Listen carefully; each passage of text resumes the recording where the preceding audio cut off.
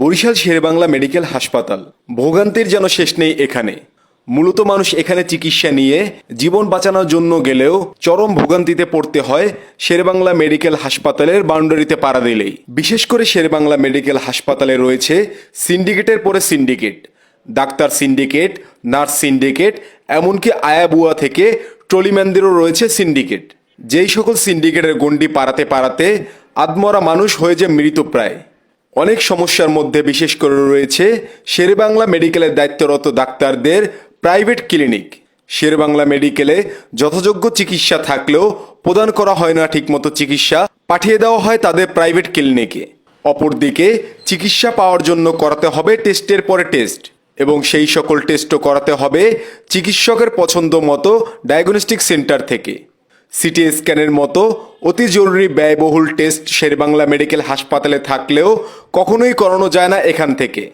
অধিক অর্থ ব্যয় করে অবশ্যই টেস্টটি করাতে হবে চিকিৎসকের পছন্দ মতো ডায়াগনস্টিক সেন্টার থেকে। ভুক্তভোগী চিকিৎসা প্রত্যাশী সাধারণ জনগণের প্রশ্ন, এই ভোগান্তির শেষ কোথায়?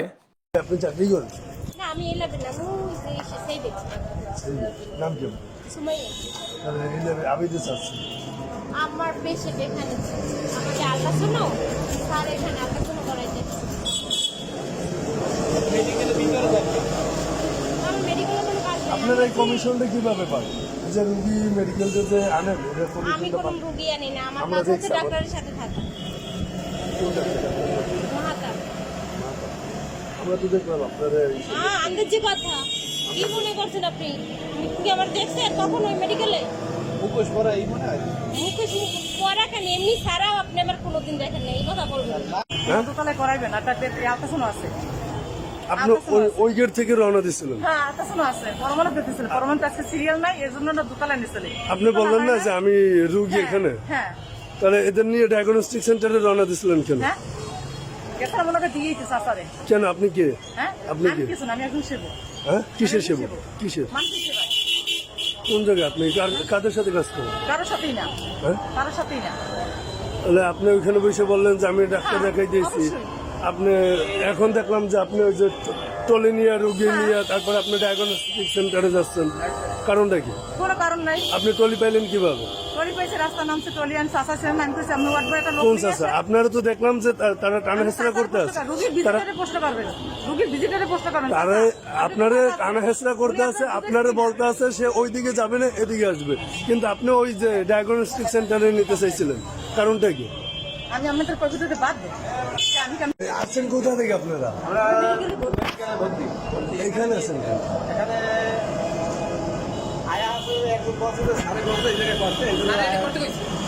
কি করবেন আপনারা এখানে?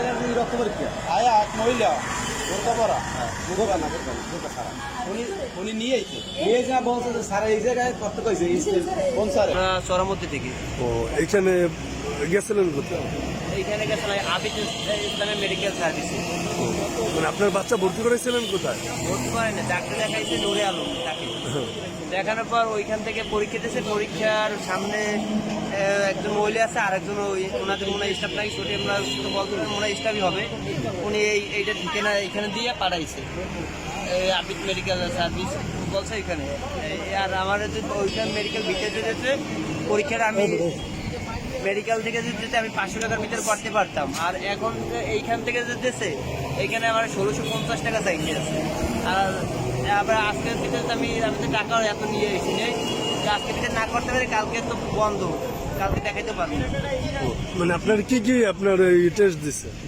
একটা দিচ্ছে ব্লাড পরীক্ষা, আর দুইটা দিচ্ছে ব্লাড পরীক্ষা, আর একটা দিচ্ছে এক্সরে।